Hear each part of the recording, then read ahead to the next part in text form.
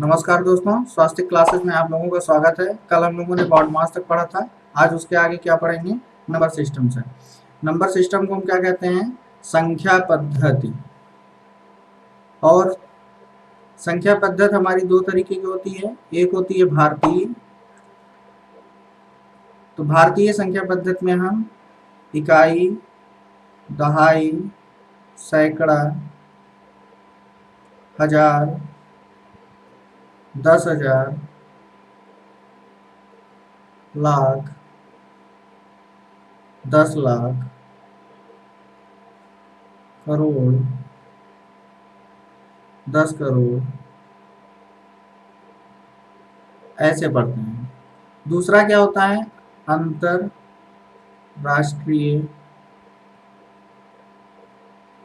पद्धति। तो देखिए इसमें क्या है, कहाँ से हम लिखते हैं? इकाई, दहाई, सैकड़ा, हजार, 10,000। उसके बाद यहाँ लाख आता था तो यहाँ क्या लिखते हैं? 100,000। क्या लिखते हैं? 100,000। उसके बाद इसमें क्या आएगा? Million, 10 million, 100 million. तो आपने देखा कि जो आपके भारतीय पद्धति थी उसमें पहला वर्ग 3 का था और उसके बाद जो है बाकी 2-2 का वर्ग होता है। लेकिन आपका अंतरराष्ट्रीय पद्धति में सभी वर्ग जो है वो 3-3 के होंगे। ठीक है,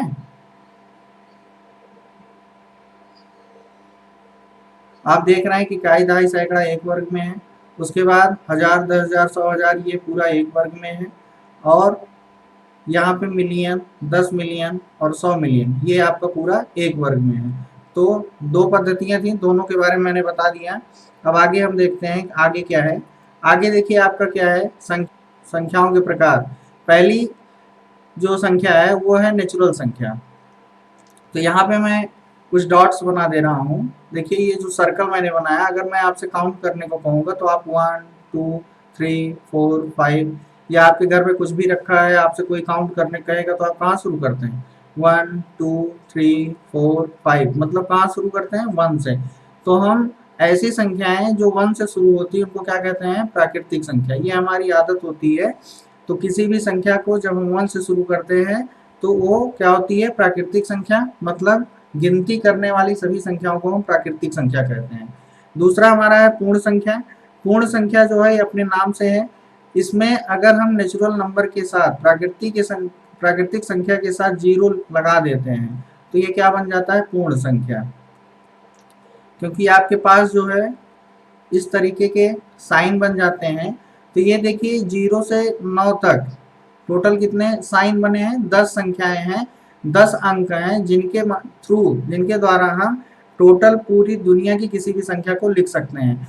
तो यहाँ पे 1 2 3 4 5 6 7 8 9 था। अगर 10 के लिए क्या होता है कि हम दूसरे साइन का यूज करते हैं तो हर संख्या के लिए अलग साइन आने पे हमें याद करना कठिन हो जाता है। लेकिन इस 0 के आ जाने के बाद से हमारे लिए क्या हो गया कि इन 10 चिन्हों के द्वारा हम दुनिया की सभी संख्याओं को लिख सकते हैं और जिससे लिखना और याद करना आसान हो गया। तो प्राकृतिक संख्या 1 से शुरू होगी, होल नंबर। पूर्ण संख्या कहाँ से शुरू होगी? 0 से। और 0 की खोज कहाँ पे हुई थी? भारत में। किसने किया था? आर्यभट्ट जी ने किया था। ये भी आपका एक क्वेश्चन है 1 नंबर का कि किसने किया था और कहाँ हुआ था। चलिए नेक्स्ट देखते हैं पूर्णांक के बारे में। तो पूर्णांक की जरूरत क्या है आपको पहले मैं ये बता देता हूँ। जैसे मैंने कहा कि आपको 10 रुपए का घाटा हुआ है, लॉस ऑफ 10 रुपीज। तो इसको अगर हम गणित में दिखाना होगा केवल तो हम कैसे दिखाएंगे? -10। हमारा ये स्पष्ट हो गया कि 10 रुपए का घाटा है। दूसरा अगर प्रॉफिट दिखाना है आपको तो आप क्या लिखेंगे? +10। तो +10 और ये -10 क्या है? हमको क्लियरली बता दे रहा है कि जो है ये घाटा हुआ या जो है मुनाफा हुआ है। तो ये आपका पूर्णांक की जरूरत है। अब आपको मैं इसकी डिफिनीशन बताता हूँ। अगर आपका होल नंबर और उसके साथ क्या हो जाएगा? ऋणात्मक संख्याएं, ऋणात्मक प्राकृतिक संख्या और पूर्ण संख्या दोनों मिलकर के क्या बना देती हैं? पूर्णांक बना देती हैं। तो देखिए जैसे पूर्ण संख्या आपकी कहाँ से 0 1 2 3 4, और ऋणात्मक प्राकृतिक संख्या कहाँ शुरू होती है 1 से, और इसका ऋणात्मक है। तो इस तरीके से ये हमारा क्या बन गया, पूर्णांक बन गया। जब पूर्ण संख्या के साथ साथ ऋणात्मक प्राकृतिक संख्याएं आ जाती हैं तो पूर्णांक बन जाता है। अगला देखिए आपको क्या पढ़ना है, इवन नंबर सम संख्या। क्या पढ़ना है, सम संख्या। तो ऐसी संख्याएं जो 2 से विभाजित हो जाती हैं उनको हम क्या कहते हैं, सम संख्या कहते हैं। 2 4 6 8 10 16 ये सब 2 के पहाड़े में आते हैं, 2 से कट जाएंगे तो ये सब क्या होती हैं, सम संख्याएं। अगर हमको नॉर्मली बड़े संख्याओं में देख के पहचानना है, जैसे 2332 अगर लिख दिया गया, तो ये आपसे पूछा जाए सम संख्या है कि नहीं, तो आप कैसे बताओगे। आपको यहाँ पे ध्यान देना होगा इकाई के अंक पे। अगर इकाई के अंक पर 2 4 6 8 के में से कुछ भी है, 0 2 4 6 8 0 2 4 6 8 में से कुछ भी है, तो वो क्या होगा, आपका सम संख्या होगा। ऐसी संख्या जो 2 से कटती है उसको सम संख्या कहते हैं। बड़ी संख्याओं में पता करने के लिए हमको इकाई के अंक पर इसमें से किसी एक अंक का होना जरूरी है। आगे आपका देखिए विषम संख्या है। विषम संख्याएं वो होती हैं जो 2 से पूर्णतः विभाजित ना हो, 2 से पूर्णतः विभाजित ना हो।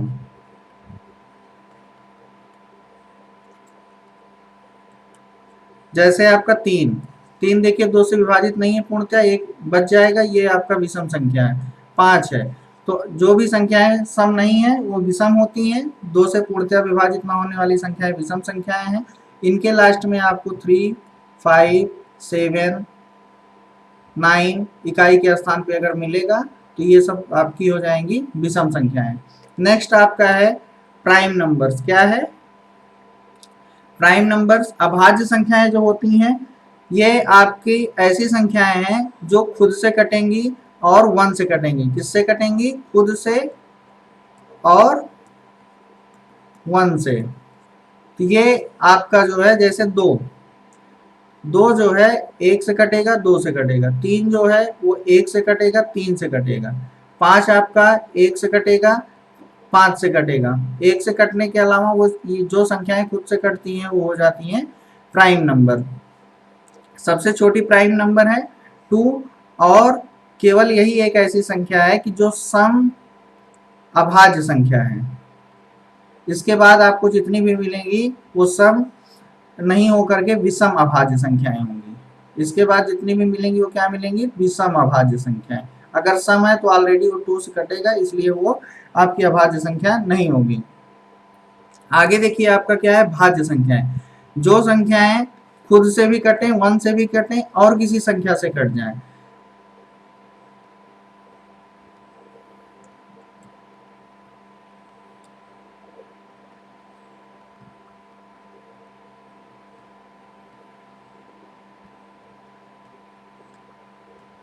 ये आपका क्या है कि ऐसी संख्याएं आपकी होती हैं भाज्य संख्याएं, जैसे 4 1 से भी कटेगा, 2 से कटेगा, 4 से कटेगा। 6 आपका है 1 2 3 6। तो ऐसी संख्याएं जो क्या होती हैं, खुद से कट जाएं, 1 से कट जाएं और दूसरे नंबर से भी कटें, उनको हम भाज्य संख्याएं कहते हैं। तो आपने अभाज्य देखा कहाँ से शुरू हुआ था, 2 से। और जो है भाज्य कहाँ से शुरू हुआ, 4 से। इन दोनों के बीच 1 नहीं आया, तो 1 ना तो भाज्य संख्या होता है और ना ही अभाज्य संख्या होता है, क्योंकि ये सिर्फ और सिर्फ 1 से कटेगा, इसलिए ना ये भाज्य में आता है ना ही अभाज्य में आता है। आगे आप देखिए क्या है, रेशनल नंबर, परिमेय संख्या। तो ऐसी संख्याएं जिनको हम भिन्न के रूप में लिख सकें, ऐसी संख्या जिसको हम P/Q के रूप में लिख सकते हैं। तो जहां पे P और Q पूर्णांक होने चाहिए तथा Q जो है 0 के बराबर ना हो। अगर ये कंडीशन फॉलो करता है तब आपका क्या हो जाता है, परिमेय संख्या हो जाता है। 2/3 इसका उदाहरण आपका है 2/3, 4/5, ये सब आपके क्या है, परिमेय संख्याएं हैं। कुछ लोग कहेंगे कि ये दोनों तो भिन्न भी कह सकते हैं, भिन्न नहीं है ये। देखिए भिन्न और परिमेय संख्या में डिफरेंस क्या है कि भिन्न जो है वो किसी एक चीज का एक हिस्सा होता है, वो कभी भी आपका ऋणात्मक नहीं हो सकता, लेकिन रेशनल नंबर्स परिमेय संख्याएं जो हैं ये ऋणात्मक भी हो सकती हैं। तो भिन्न और परिमेय संख्या में अंतर यही है कि भिन्न कभी भी ऋणात्मक नहीं होता, जबकि परिमेय संख्याएं ऋणात्मक हो सकती हैं। अगला आपका है अपरिमेय संख्या। क्या है अपरिमेय संख्या? तो अपरिमेय संख्याएं जो है, जो परिमेय संख्याएं नहीं होती हैं, जो परिमेय संख्या नहीं होती है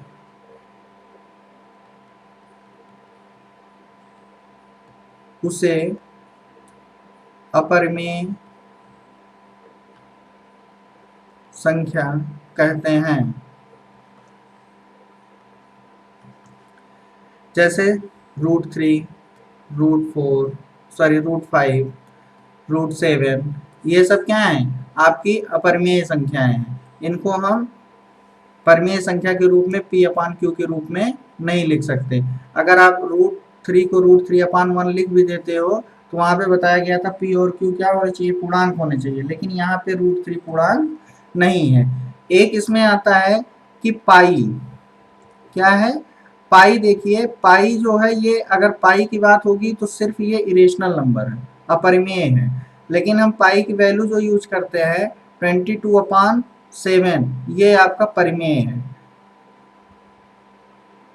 तो पाई को अपरिमेय हम इसलिए कहते हैं क्योंकि ये उसकी अप्रॉक्सीमेट, लगभग की वैल्यू है, एग्जैक्ट वैल्यू नहीं है। तो ये आपका जो है पाई अपरिमेय है, जबकि 22/7 परिमेय है। ये आपके क्वेश्चंस अधिकतर पूछा जाता है ये वाला आपके पेपर में, तो इसको ध्यान रखिएगा।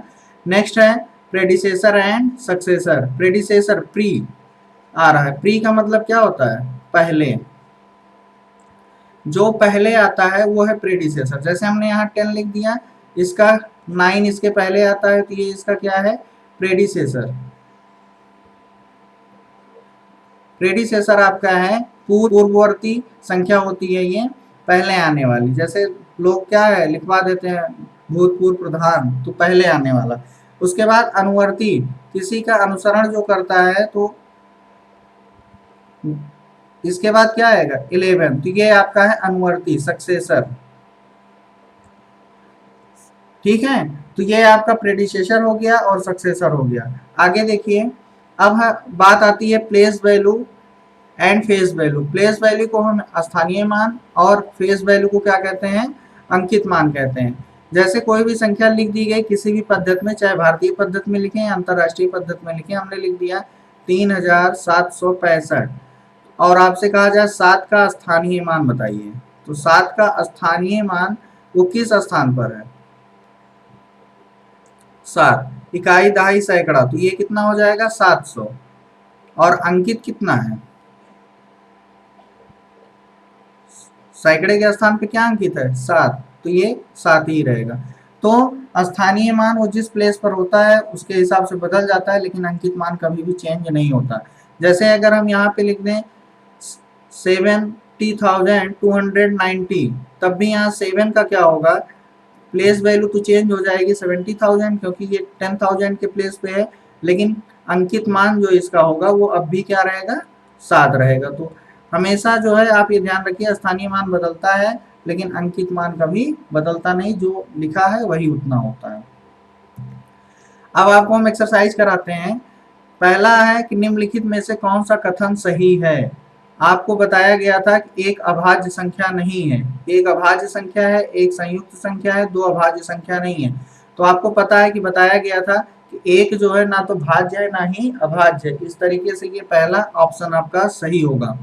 अगर आप पीछे अच्छी तरीके से उसको रीड करेंगे, ध्यान दे करके पूरी वीडियो को देखेंगे और नोट करेंगे, तो ये क्वेश्चंस आपके लिए बहुत आसान हो जाएंगे। अब है प्रथम 4 अभाज्य संख्याओं का योग क्या होगा? तो पहली अभाज्य संख्या क्या होती है? 2, 3, फिर उसके बाद 5 है, फिर 7 है, और आपको इसको ऐड कर देना है। जब आप पूरे अभाज्य संख्या पे जो भी बताया गया उसको क्लियरली पढ़ लेंगे तो आपको अभाज्य संख्या ढूंढना आसान हो जाएगा। तो इसका जो है कितना आ जाएगा? 17। कितना आएगा? 17 हो गया। इसका आपका ऑप्शन सी सही है। नेक्स्ट देखिए, 1 से 100 तक की संख्याओं में भाज्य संख्या कितनी है? 1 से 100 तक की संख्याओं में भाज्य संख्या कितनी है?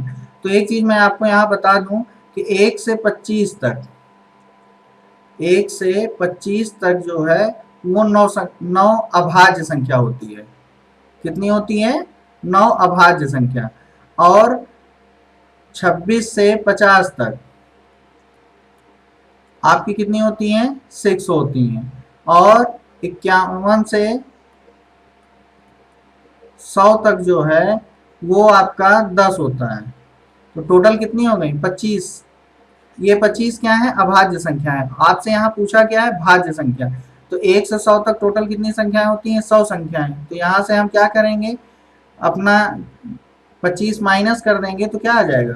75। तो अगर आपको अभाज्य संख्या पता है तब भी आप जो है भाज्य संख्याएं निकाल देंगे। 4 अंक की कुल कितनी संख्या होती है? तो इसमें आपको कुछ नहीं करना है। 4 अंक की संख्या जो है अगर आपको पता करना है तो 1 से अगर हम देखेंगे तो 4 अंक की संख्या सबसे बड़ी क्या है? 9999। और 1 से 3 अंक की संख्या देखेंगे तो सबसे बड़ी है 999। इसी को माइनस कर देंगे तो हमारा आंसर 9000 मिल जाएगा। 1 से ही हम सोच लेंगे कि 1 से 9999 तक 9999 संख्याएं हैं और 1 से 3 अंक की सबसे बड़ी संख्या 999 होती है। तो इसको माइनस कर देंगे, हमें आंसर मिल जाएगा।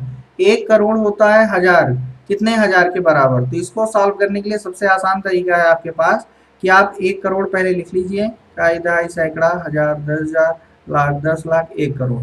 और पूछा है कितने हजार, तो इसको 1000 से डिवाइड कर दीजिए, 3 जीरो कट जाएगा, कितना बचा? 10,000।